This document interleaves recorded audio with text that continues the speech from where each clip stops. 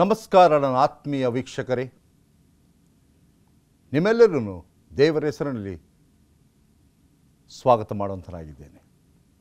ಮಾಧ್ಯಮದ ಮೂಲಕವಾಗಿ ದೇವರ ಸಂದೇಶವನ್ನು ಕೇಳುತ್ತಿರುವ ನೀವುಗಳು ಧನ್ಯರಾಗಿದ್ದೀರಾ. ಯಾಕೆಂದರೆ ಅನೇಕರು ಈ ಸಮಯವನ್ನು ತಮ್ಮ ಸ್ವಂತ ಕ್ರಿಯೆಗಳಿಗೆ, ಮನೋರಂಜನೆಗೆ ಉಪಯೋಗ ಮಾಡುತ್ತಿರುವಾಗ ಈ ಸಮಯವನ್ನು ದೇವರ ವಾಕ್ಯವನ್ನು ಕೇಳುವುದಕ್ಕೆ ನೀವೆಲ್ಲರೂ ಕಿವಿಗೊಡುತ್ತಿದ್ದೀರಾ ಎಂಬುದಾಗಿ ಹೇಳುವಾಗ ಖಂಡಿತವಾಗಿಯೂ ನೀವು ಧನ್ಯರಾಗಿದ್ದೀರಾ. ಬನ್ನಿರಿ, ಇವತ್ತು ನಾವು ಕಲಿತಕ್ಕಂಥ ಪಾಠ ಯೋಬನ ಬಗ್ಗೆ. ಆತನು ಕಷ್ಟಪಡುವುದಕ್ಕೆ, ನಷ್ಟ ಮಾಡಿಕೊಳ್ಳುವುದಕ್ಕೆ ಆಯ್ಕೆ ಮಾಡಿಕೊಂಡನೆಂಬುದಾಗಿ ನೋಡುವಂಥರಾಗಿದ್ದೇವೆ. ಪ್ರಾರ್ಥನೆ ಮಾಡುವ. ಪ್ರಿಯ ತಂದೆಯಾದ ದೇವರೇ, ಇವತ್ತು ನಿನ್ನ ಭಕ್ತನಾದಂಥ ಯೋಬನ ಬಗ್ಗೆ ಕಲಿಯುವಾಗ ಆ ತಾಳ್ಮೆಯ, ದೀನತೆಯ ಗುಣಗಳು ನಮ್ಮದಾಗಲು ನೀನೇ ಸಹಾಯ ಮಾಡು ಎಂಬುದಾಗಿ ಕ್ರಿಸ್ತನಲ್ಲಿ ಬೇಡಿಕೊಳ್ಳುತ್ತೇನೆ ತಂದೆಯೇ, ಆಮೇನ್. ನನ್ನ ಆತ್ಮಿಕ ಬಂಧು ಬಾಂಧವರೇ, ಸಹೋದರ ಸಹೋದರಿಯರೇ, ಇವತ್ತು ನಾವು ಕಲಿತಕ್ಕಂಥ ಪಾಠ ಯೋಬ. ಯೋಬನ ಬಗ್ಗೆ ನಮ್ಮೆಲ್ಲರಿಗೂ ಸಾಕಷ್ಟು ಮಾಹಿತಿಗಳಿದೆ. ಆದರೆ ಇದೇ ಯೋಬನು ಕಷ್ಟಪಡುವುದಕ್ಕೆ ಆರಿಸಿಕೊಂಡನು, ನಷ್ಟವನ್ನು ಸಕಾರಾತ್ಮಕವಾಗಿ ಸ್ವೀಕಾರ ಮಾಡಿದನೆಂಬುದಾಗಿ ನೋಡುವಂತರಾಗಿದ್ದೇವೆ. ಯೋಬನು ಅಂದರೆ ನನ್ನ ತಂದೆಯು ಎಲ್ಲಿ ಎಂಬುದಾಗಿ ಇವನ ಅರ್ಥ. ಸ್ವಲ್ಪ ಹೊತ್ತು ಯೋಬನ ಪರಿಚಯವನ್ನು ಮಾಡಿಕೊಳ್ಳೋಣ. ಊಚ್ ದೇಶದಲ್ಲಿ ಯೋಬನೆಂಬ ಒಬ್ಬ ಮನುಷ್ಯನಿದ್ದನು. ಅವನು ದೇವರಲ್ಲಿ ಭಯಭಕ್ತಿ ಉಳ್ಳವನಾಗಿ ಕೆಟ್ಟದ್ದನ್ನು ನಿರಾಕರಿಸುತ್ತಾ ನಿರ್ದೋಷಿಯು ಯಥಾರ್ಥ ಚಿತ್ತನು ಆಗಿದ್ದನು. ಅವನಿಗೆ 7 ಮಂದಿ ಗಂಡು ಮಕ್ಕಳು, 3 ಮಂದಿ ಹೆಣ್ಣು ಮಕ್ಕಳು ಇದ್ದರು. ಅವನಿಗೆ 7,000 ಕುರಿಗಳು, 3,000 ಒಂಟೆಗಳು, 500 ಜೋಡಿ ಎತ್ತುಗಳು, 500 ಹೆಣ್ಣು ಕತ್ತೆಗಳು, ಅನೇಕ ಸೇವಕರು ಇದ್ದರಿಂದ ಅವನು ಮೂಡಣ ದೇಶದವರಲ್ಲೆಲ್ಲ ಹೆಚ್ಚು ಸ್ವಾಸ್ಥ್ಯವುಳ್ಳವನಾಗಿದ್ದನು. ಈ ಯೋಬನು ಐಶ್ವರ್ಯವಂತನು, ಒಳ್ಳೆಯ ವ್ಯಕ್ತಿಯು, ಯಥಾರ್ಥನು, ಕೆಟ್ಟದ್ದನ್ನು ನಿರಾಕರಿಸುವವನು, ನಿರ್ದೋಷಿಯು ಆಗಿದ್ದನು ಎಂಬುದಾಗಿ ನಮಗೆ ಸತ್ಯವೇದ ತಿಳಿಸುವಂಥದ್ದಾಗಿದೆ. ಈ ಯೋಬನ ಬಗ್ಗೆ ನಾವು ಕಲಿಯುವಾಗ ಈತನು ದೇವರ ಜೊತೆಯಲ್ಲಿ ಹೆಚ್ಚು ಸಂಬಂಧವನ್ನು ಇಟ್ಟುಕೊಂಡಂಥ ವ್ಯಕ್ತಿ. ದೇವರು ಈತನ ಕುಟುಂಬವನ್ನು ಅಧಿಕವಾಗಿ ಆಶೀರ್ವಾದ ಮಾಡಿದ್ದನು. ಈ ಆಶೀರ್ವಾದವನ್ನು ಸೈತಾನನು ನೋಡಿ ಅಸೂಯೆ ಪಟ್ಟನು ಎಂಬುದಾಗಿ ನೋಡುವಂತರಾಗಿದ್ದೇವೆ. ಹೇಗಾದರೂ ಮಾಡಿ ಈ ಐಶ್ವರ್ಯವುಳ್ಳಂಥ ವ್ಯಕ್ತಿಯನ್ನು, ಇಷ್ಟು ಒಳ್ಳೆಯ ಗುಣವನ್ನು ಉಳ್ಳಂಥ ವ್ಯಕ್ತಿಯನ್ನು ನಾನು ಶೋಧಿಸಬೇಕು. ಹೇಗಾದರೂ ಮಾಡಿ ಈತನು ದೇವರಿಗೆ ವಿರೋಧವಾಗಿ ನಿಲ್ಲಬೇಕು ಎಂಬತಕ್ಕಂಥ ನಿರ್ಧಾರವನ್ನು ಸೈತಾನನು ಮಾಡಿಕೊಂಡು ದೇವರ ಜೊತೆಯಲ್ಲಿ ಸಂಪರ್ಕವನ್ನು ಬೆಳೆಸಿ ದೇವರ ಸಂಭಾಷಣೆಯಲ್ಲಿ ತೊಡಗಿ ಯೋಬನನ್ನು ಶೋಧಿಸುವುದಕ್ಕೆ ಆತನು ಮುಂದಾದನು ಎಂಬುದಾಗಿ ನಮಗೆ ಗೊತ್ತಾಗಿದೆ. ಹೌದು ಪ್ರಿಯರೇ, ಈ ಲೋಕದಲ್ಲಿ ಒಳ್ಳೆಯ ವ್ಯಕ್ತಿಗಳನ್ನು ಶೋಧಿಸುವುದೇ ಸೈತಾನನ ಕುತಂತ್ರ. ದೇವರ ಜೊತೆಯಲ್ಲಿ ಹತ್ತಿರ ಸಂಬಂಧವನ್ನು ಬೆಳೆಸುವವರನ್ನು ಹಿಂಸೆ ಪಡಿಸುವುದೇ ಸೈತಾನನ ತಂತ್ರ. ಹೇಗಾದರೂ ಮಾಡಿ ದೇವರ ಕಡೆ ಇರುವ ಜನರನ್ನು ನನ್ನ ಕಡೆ ಸೆಳೆದುಕೊಳ್ಳಬೇಕು ಎಂಬತಕ್ಕಂಥದ್ದೇ ಸೈತಾನನ ಗುರಿಯಾಗಿದೆ. ಎಷ್ಟೋ ಜನ ತಿಳಿದುಕೊಳ್ಳುತ್ತಾರೆ, ಎಲ್ಲವೂ ಇರುವಾಗ ನಾವು ದೇವರಿಗೆ ಸ್ತೋತ್ರ ಹೇಳುತ್ತೇವೆ, ಎಲ್ಲವೂ ಕಳೆದುಕೊಂಡಾಗ ನಾವು ದೇವರನ್ನು ಶಪಿಸುತ್ತೇವೆ. ಇದು ಸ್ವಾಭಾವಿಕವಾಗಿ ಮಾನವರಲ್ಲಿ ಇರ್ತಕ್ಕಂಥ ಗುಣ. ಆದರೆ ಸೈತಾನನು ಯೋಬನನ್ನು ಶೋಧಿಸುವಾಗ ಆತನಲ್ಲಿ ಒಂದು ವ್ಯತ್ಯಾಸವಾದ ಗುಣವನ್ನು ಕಂಡನು. ಯಾಕೆಂದರೆ ಎಲ್ಲವೂ ಇರುವಾಗ ಹೇಗೆ ಇದ್ದನೋ ಏನೂ ಇಲ್ಲದೆ ಇರುವಾಗ ಹಾಗೆಯೇ ಇದ್ದನು ಎಂಬುದಾಗಿ ನಾವು ನೋಡುವಂಥರಾಗಿದ್ದೇವೆ. ಯೋಬನ ಬಗ್ಗೆ ಸ್ವಲ್ಪ ಹೊತ್ತು ನಾವು ಕಲಿತುಕೊಳ್ಳೋಣ. ಯಾಕೋಬ 5ನೇ ಅಧ್ಯಾಯ 11ನೇ ವಚನ ಹೇಳುವಂಥದ್ದಾಗಿದೆ, ಯೋಬನು ಬಹಳ ತಾಳ್ಮೆ ಉಳ್ಳಂಥ ವ್ಯಕ್ತಿ ಎಂಬುದಾಗಿ. ಖಂಡಿತವಾಗಿಯೂ ಅವನು ಬಹಳ ತಾಳ್ಮೆ ಉಳ್ಳವನಾಗಿದ್ದನು. ಯಾಕೆಂದರೆ ಅವರ ಜೀವಿತದಲ್ಲಿ ಅನೇಕ ನೋವುಗಳು, ಅನೇಕ ನಷ್ಟವು ಬಂದಾಗ ದೇವರನ್ನು ಯಾವುದೇ ಕಾರಣಕ್ಕೂ ದೂಷಿಸಲಿಲ್ಲ. ಮೊದಲನೇದಾಗಿ ಯೋಬ 1ನೇ ಅಧ್ಯಾಯ 13ರಿಂದ 17ನೇ ವಚನವನ್ನು ಗಮನಿಸುವಾಗ ಇಲ್ಲಿ ಯೋಬನು ತನ್ನ ಆಸ್ತಿಯನ್ನೆಲ್ಲ ಕಳೆದುಕೊಂಡಂಥ ಪ್ರಸಂಗ ಇಲ್ಲಿ ತಿಳಿಸುವಂಥದ್ದಾಗಿದೆ. ಒಂದಾನೊಂದು ದಿವಸದಲ್ಲಿ ಯೋಬನ ಹೆಣ್ಣು ಮಕ್ಕಳುಗಳು ಹಿರಿಯರ ಮನೆಯಲ್ಲಿ ಉಂಡು ಕುಡಿಯುತ್ತಿರುವಾಗ ಒಬ್ಬ ದೂತನು ಯೋಬನ ಬಳಿಗೆ ಬಂದು, ನಿನ್ನ ಎತ್ತುಗಳು ಉಳುತ್ತಾ ಅವುಗಳ ಹತ್ತಿರ ಕತ್ತೆಗಳು ಮೇಯುತ್ತಾ ಇರುವಲ್ಲಿ ಶವದವರು ಅವಳ ಮೇಲೆ ಬಿದ್ದು ಹೊಡೆದುಕೊಂಡು ಹೋದರು. ಇದಲ್ಲದೆ ಆಳುಗಳನ್ನು ಕತ್ತಿಯಿಂದ ಸಂಹರಿಸಿದರು. ಇದನ್ನು ತಿಳಿಸುತ್ತಿರುವವನೊಬ್ಬನೇ ತಪ್ಪಿಸಿಕೊಂಡು ಉಳಿದಿರುತ್ತೇನೆ ಎಂಬುದಾಗಿ ಹೇಳಿದನು. ಅವನು ಮಾತಾಡುತ್ತಿರುವಾಗಲೇ ಮತ್ತೊಬ್ಬನು ಬಂದು, ದೇವರ ಬೆಂಕಿ ಆಕಾಶದಿಂದ ಬಿದ್ದು ಕುರಿಗಳನ್ನು ಆಳುಗಳನ್ನು ದಹಿಸಿ ನುಂಗಿಬಿಟ್ಟಿದೆ. ಇದನ್ನು ತಿಳಿಸುತ್ತಿರುವವನೊಬ್ಬನೇ ತಪ್ಪಿಸಿಕೊಂಡು ಉಳಿದಿದ್ದೇನೆ ಅಂದನು. ಅಷ್ಟರಲ್ಲಿ ಇನ್ನೊಬ್ಬನು ಬಂದು, ಕಸ್ದಿಯರು 3 ಗುಂಪುಗಳಾಗಿ ಬಂದು ಒಂಟೆಗಳ ಮೇಲೆ ಬಿದ್ದು ಹೊಡೆದುಕೊಂಡು ಹೋದರು. ಇದಲ್ಲದೆ ಆಳುಗಳನ್ನು ಕತ್ತಿಯಿಂದ ಹತ ಮಾಡಿದರು ಎಂಬುದಾಗಿ. ಒಂದಾದ ಮೇಲೆ ಒಂದು ತನ್ನ ಕತ್ತೆಗಳು, ತನ್ನ ಇರ್ತಕ್ಕಂಥ ಒಂಟೆಗಳು, ತನ್ನ ಇರತಕ್ಕಂಥ ಕುರಿ ದನ ಎಲ್ಲವೂ ಹಾಳಾಯಿತು. ಗುಂಪು ಗುಂಪಾಗಿ ಬಂದಂಥ ಜನರು ಎಲ್ಲವನ್ನ ವಶ ಮಾಡಿಕೊಂಡು ಹೋದರು. ಅದಾದ ಮೇಲೆ 18 ಮತ್ತು 19ನೇ ವಚನದಲ್ಲಿ ಬಹಳ ಗಂಭೀರವಾದಂಥ ಒಂದು ವಿಷಯ ಪ್ರಸ್ತಾಪವಾಗಿದೆ. ಸಂಗಡಲೇ ಬೇರೊಬ್ಬನು ಬಂದು, ನಿನ್ನ ಕುಮಾರ್ತೆಯರು ತಮ್ಮ ಅಣ್ಣನ ಮನೆಯಲ್ಲಿ ಉಂಡು ಕುಡಿಯುತ್ತಿರುವಾಗ ಇಗೋ ಅರಣ್ಯದ ಕಡೆಯಿಂದ ಬಿರುಗಾಳಿಯು ಬೀಸಿ ಮನೆಯ 4 ಮೂಲೆಗಳಿಗೆ ಬಡಿಯಿತು. ಮನೆಯು ಯೌವನಸ್ಥರ ಮೇಲೆ ಬಿದ್ದಿತ್ತು, ಅವರು ಸತ್ತು ಹೋದರು ಎಂಬುದಾಗಿ. ಪ್ರಿಯರೇ, ಆಸ್ತಿ ಹೋದರೂ ಪರವಾಗಿಲ್ಲ, ಎಷ್ಟೇ ನಷ್ಟ ಆದರೂ ಪರವಾಗಿಲ್ಲ, ಸಹಿಸಿಕೊಳ್ಳಬಹುದಾಗಿತ್ತು. ಆದರೆ ತನಗೆ ಹುಟ್ಟಿದ ಆ 7 ಮಂದಿ ಗಂಡು ಮಕ್ಕಳು 3 ಮಂದಿ ಹೆಣ್ಣು ಮಕ್ಕಳು ಒಂದೇ ಸೂರಿನಲ್ಲಿ ಸಂಪೂರ್ಣವಾಗಿ ನಾಶವಾದರು, ಎಲ್ಲರೂ ಸತ್ತು ಹೋದರು ಎಂಬತಕ್ಕಂಥದ್ದನ್ನು ಕೇಳುವಾಗ ಯೋಬನಿಗೆ ಎಷ್ಟು ದುಃಖವಾಗಿರಬಹುದು ಎಂಬುದನ್ನು ಸ್ವಲ್ಪ ಹೊತ್ತು ನಾವು ಯೋಚನೆ ಮಾಡಬೇಕು.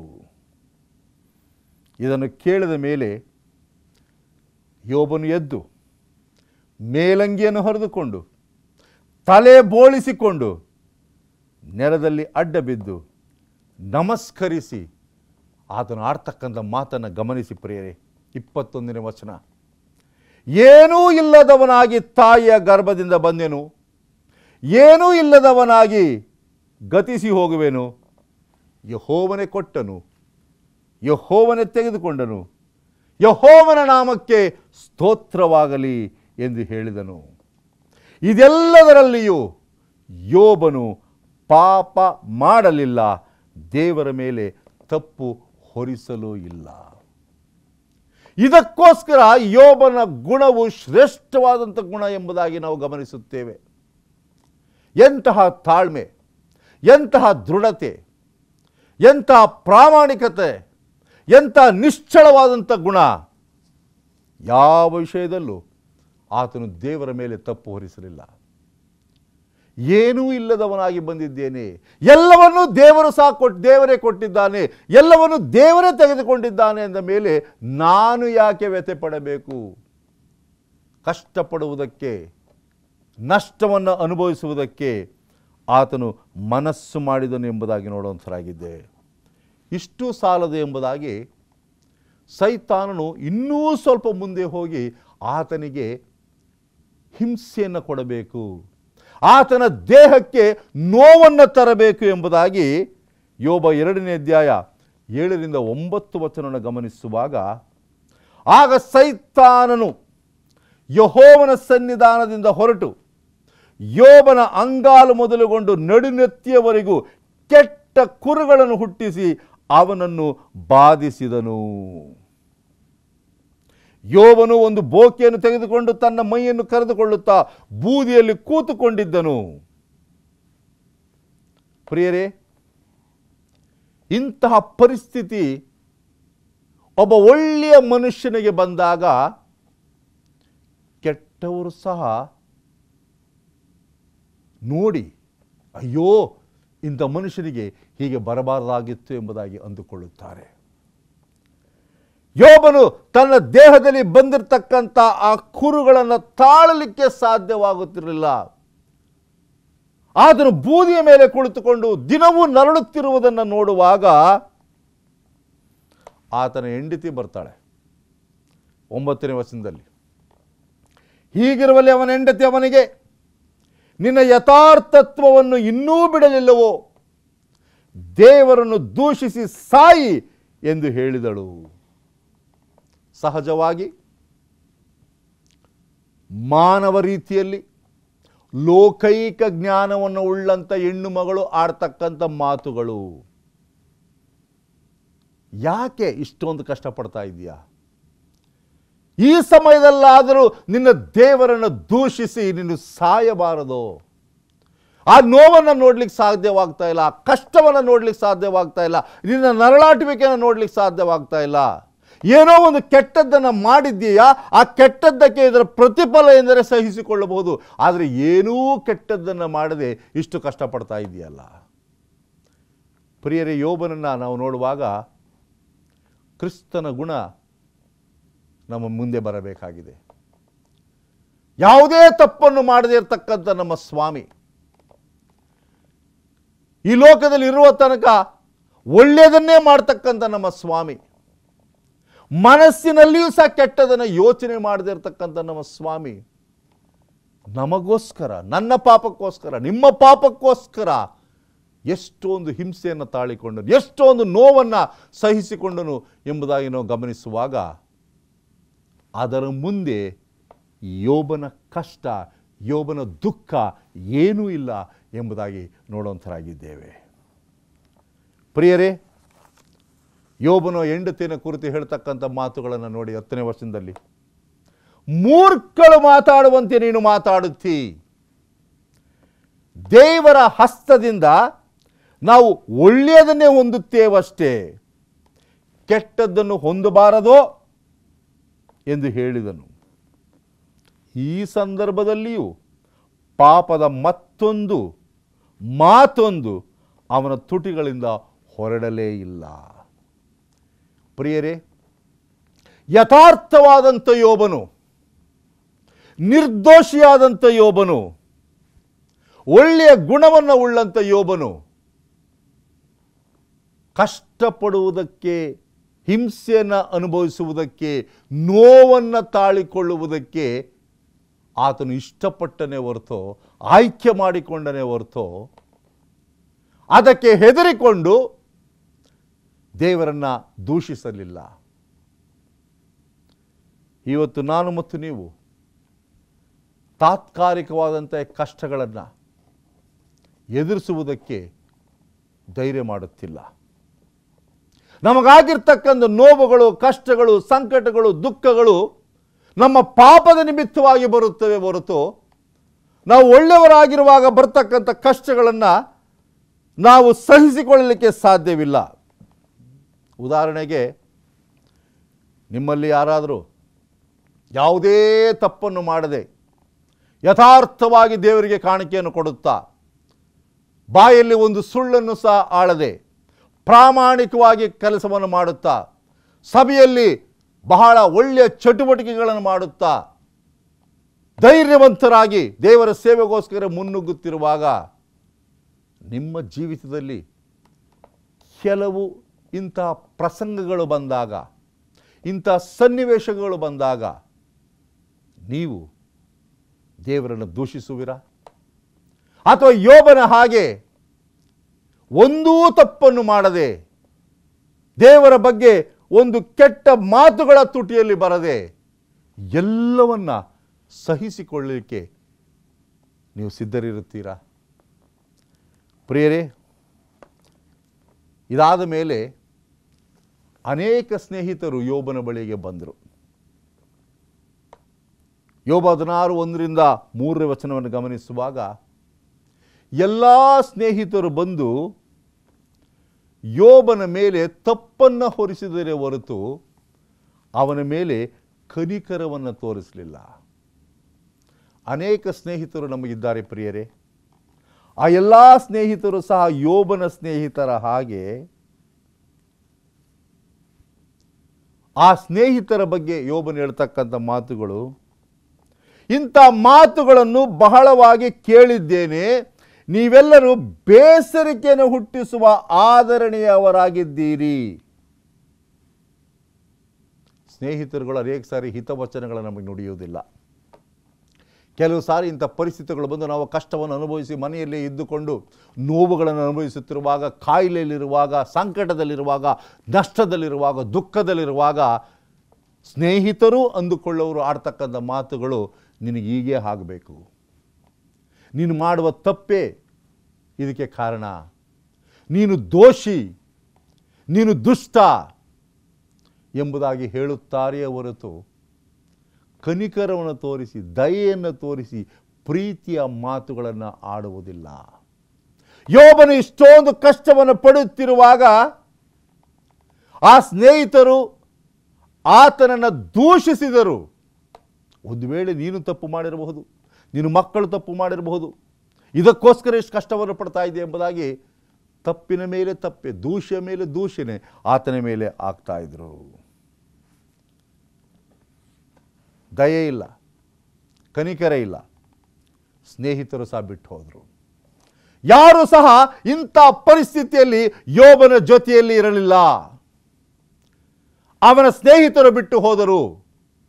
ಸ್ವತಃ ಹೆಂಡತಿಯೇ ಯಾರು ಆಪ್ತರಾಗಿರಬೇಕು, ಕಷ್ಟದಲ್ಲಿ ಕಷ್ಟವನ್ನು, ನೋವಿನಲ್ಲಿ ನೋವನ್ನು, ನಷ್ಟದಲ್ಲಿ ನಷ್ಟವನ್ನು ಜೊತೆಯಾಗಿ ಹಂಚಿಕೊಳ್ಳಬೇಕು, ಅಂತಹ ಹೆಂಡತಿಯೂ ಸಹ ಯೋಬನನ್ನು ಬಿಟ್ಟು ಹೋದಳು. ಸ್ನೇಹಿತರು ಬಿಟ್ಟು ಹೋದರು. ಆದರೆ ಇದೆಲ್ಲ ವಿಷಯದಲ್ಲಿ ನಾವು ಗಮನಿಸುವಾಗ ಯೋಬನು ತನ್ನ ನಂಬಿಕೆಯನ್ನು ಕಳೆದುಕೊಳ್ಳಲಿಲ್ಲ. ಯೋಬನ ಉತ್ತರ ಹೀಗಿತ್ತು ಪ್ರಿಯರೇ, ಎಷ್ಟರವರೆಗೆ ನನ್ನ ಆತ್ಮನು ನೋಯಿಸಿ ಮಾತುಗಳಿಂದ ನನ್ನನ್ನು ಜಜ್ಜುತ್ತಿರುವಿರಿ, ಈವರೆಗೆ 10 ಸಾರಿ ನನ್ನನ್ನು ಅವಮಾನಪಡಿಸಿ ನನಗೆ ಕೇಡು ಮಾಡುತ್ತಿರುವುದಕ್ಕೆ ನಿಮಗೆ ನಾಚಿಕೆ ಇಲ್ಲವಾ? ಸ್ನೇಹಿತರನ್ನು ಕೇಳ್ತಕ್ಕಂಥದ್ದು. ನೀವೆಲ್ಲರೂ ನನ್ನನ್ನು ಬಿಟ್ಟು ಹೋಗುತ್ತೀರಾ, ಆದರೆ ದೇವರ ಮೇಲೆ ಇರ್ತಕ್ಕಂಥ ನಂಬಿಕೆ ನನ್ನನ್ನು ಯಾವತ್ತೂ ಬಿಟ್ಟು ಹೋಗುವುದಿಲ್ಲ ಎಂಬುದಾಗಿ. ಹೌದು ಪ್ರಿಯೆ, ಯೋಬನು ಹೇಳ್ತಕ್ಕಂಥ ಮಾತು, ನಾನು ಕಣ್ಣಾರೆ ಕಾಣುವೆನು, ನಾನೇ ನಾನಾಗಿ ನೋಡುವೆನು, ಮತ್ತೊಬ್ಬನಾಗಿ ಅಲ್ಲ, ನನ್ನ ಹೃದಯವು ಹಂಬಲಿಕೆಯಿಂದ ನನ್ನಲ್ಲಿ ಕುಂದಿದೆ.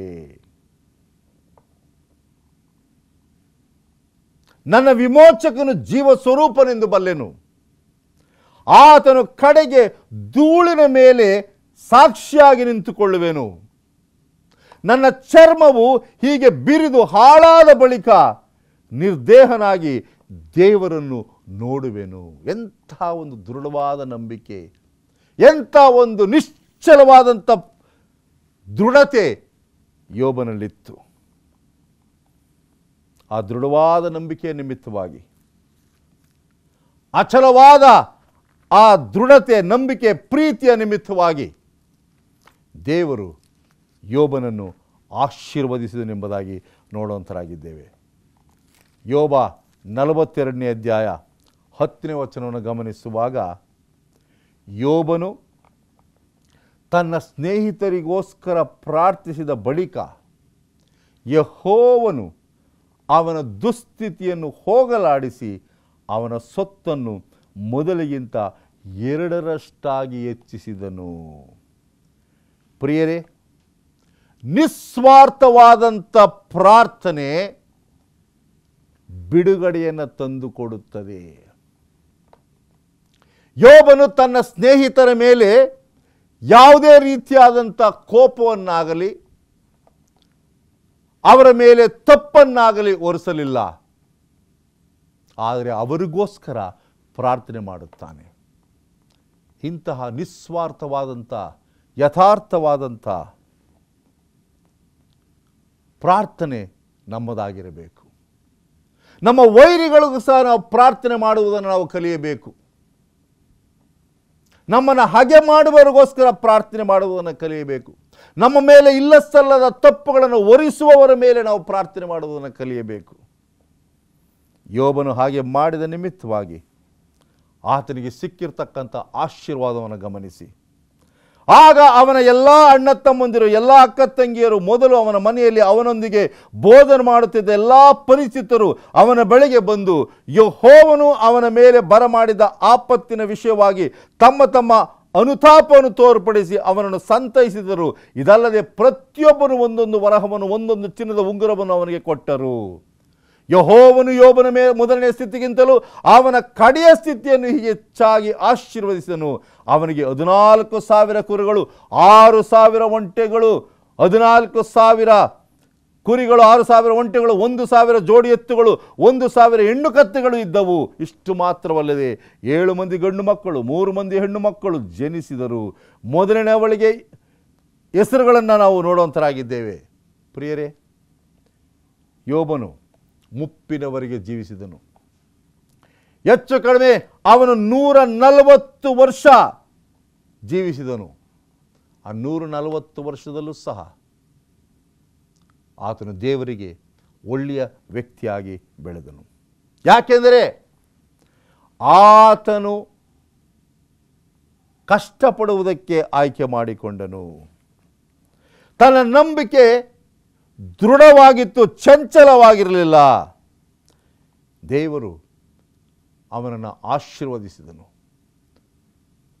ನಮ್ಮ ನಂಬಿಕೆ, ನಮ್ಮ ತಾಳ್ಮೆ ಎಲ್ಲಿ ತನಕ ಇದೆ ಎಂಬುದನ್ನು ಸ್ವಲ್ಪ ಹೊತ್ತು ಯೋಚನೆ ಮಾಡೋಣ. ಮತ್ತಾಯನ ಬರೆದ ಸುವಾರ್ತೆ 10:22 ವಚನ ಹೇಳುವಂಥದ್ದಾಗಿದೆ, ಆದರೆ ಕಡೆಯವರೆಗೂ ತಾಳುವವನು ರಕ್ಷಣೆ ಹೊಂದುವನು ಎಂಬುದಾಗಿ. ಮಧ್ಯದಲ್ಲಿ, ಚಂಚಲತೆಯಲ್ಲಿ ನಮ್ಮ ನಂಬಿಕೆ ಕುಗ್ಗಿ ಹೋದಾಗ ನಾವು ರಕ್ಷಣೆಯನ್ನು ಹೊಂದಲು ಸಾಧ್ಯವಿಲ್ಲ. ಯಾವ ವ್ಯಕ್ತಿ ತನ್ನ ತಾಳ್ಮೆಯನ್ನು, ತನ್ನ ನಂಬಿಕೆಯನ್ನು, ತನ್ನ ದೃಢತೆಯನ್ನು, ತನ್ನ ಪ್ರಾಮಾಣಿಕತೆಯನ್ನು ಕೊನೆಯವರೆಗೂ ಹಿಡಿದುಕೊಳ್ಳುತ್ತಾನೆ ಅಂಥವನಿಗೆ ರಕ್ಷಣೆ ಸಿಗುವಂಥದ್ದು. ಯೋಬನು ಅಂಥ ಪ್ರಾಮಾಣಿಕವಾದ ವ್ಯಕ್ತಿಯಾಗಿದ್ದನು, ದೃಢವಾದ ಕ್ರೈಸ್ತನಾಗಿದ್ದನು, ನಂಬಿಕಸ್ಥೆಯ ಕ್ರೈಸ್ತನಾಗಿದ್ದನು, ತಾಳ್ಮೆಯ ಕ್ರೈಸ್ತನಾಗಿದ್ದನು. ಅದಕ್ಕೋಸ್ಕರ ದೇವರು ಅವನನ್ನು 2ರಷ್ಟು ಆಶೀರ್ವದಿಸಿದರು ಎಂಬುದಾಗಿ ನೋಡುವಂಥರಾಗಿದ್ದೇವೆ. ಯೋಬನ ಆಯ್ಕೆ ನಮ್ಮ ಆಯ್ಕೆ ಆಗಿರಲಿ ಎಂಬುದಾಗಿ ನನ್ನ ಪ್ರಾರ್ಥನೆ ಆಗಿದೆ. ಪ್ರಾರ್ಥನೆ ಮಾಡೋಣ. ಪ್ರಿಯ ತಂದೆಯಾದ ದೇವರೇ, ಯೋಬನಿಗೆ ತಿಳಿಸಿಕೊಟ್ಟಂಥ ಮಾಹಿತಿಗೋಸ್ಕರ ಸ್ತೋತ್ರ. ಇದನ್ನು ಸಂಪೂರ್ಣವಾಗಿ ನಾವು ಗ್ರಹಿಸಿಕೊಂಡವರಾಗಿ ನಾವು ಸಹ ತಾಳ್ಮೆಯಿಂದ, ದೀನತೆಯಿಂದ ನಮ್ಮ ಜೀವಿತವನ್ನು ದೃಢಪಡಿಸಿಕೊಳ್ಳುವಂತೆ ಸಹಾಯ ಮಾಡಿ ಎಂಬುದಾಗಿ ಕ್ರಿಸ್ತನಲ್ಲಿ ಬೇಡಿಕೊಳ್ಳುತ್ತೇನೆ ತಂದೆಯೇ. ಆಮೇಲೆ.